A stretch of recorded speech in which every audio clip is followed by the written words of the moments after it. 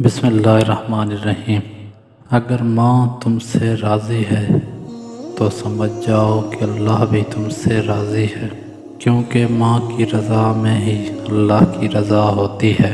اللہ کے لیے وقت نکالو، اللہ تمہاری زندگی سے برا وقت نکالتا ہے۔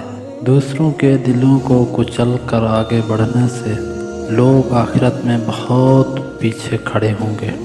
اللہ پاک کے علاوہ کسی سے امید نہ رکھنا، کیونکہ اللہ کے سوا کوئی ذات نہیں جو تمہاری امیدیں پورا کر سکے۔ اپنے گناہوں کے علاوہ کسی چیز سے نہ ڈرنا کہ کل کو جب اپنے اللہ کے سامنے جاؤ گے تو اللہ کو کیا منہ دکھاؤ گے۔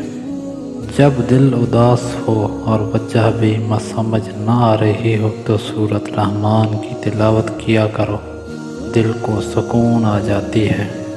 جو محبت آپ کو اللہ سے نہیں جوڑتی وہ ایک دھوکہ فریب کے علاوہ کچھ نہیں۔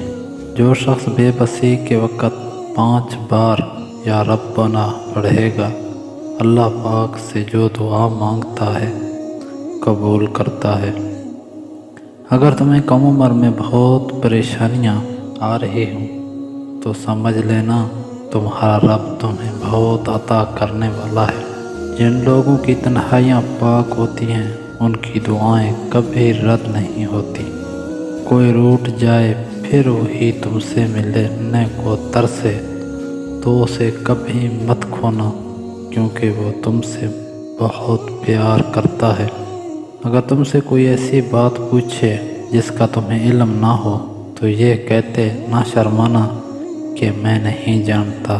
بدلہ لینے والے سے مت ڈرو، ہمیشہ معاف کرنے والے سے ڈرو، کیونکہ ان کا بدلہ اللہ لیتا ہے۔ جو شخص تمہارے خون سے نہ ہو اور پھر بھی تمہیں عزت دے رہا ہو وہ تمہارا بہترین رشتہ ہے۔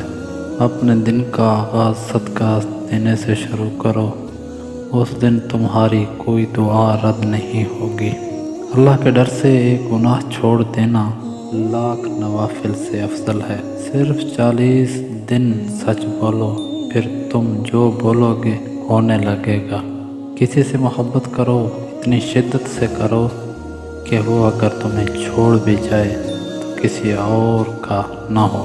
قیامت کی نشانی میں سے ایک نشانی یہ ہے کہ جھوٹے لوگوں کی عزت ہوگی اور سچے لوگ رسوا ہو رہے ہوں گے۔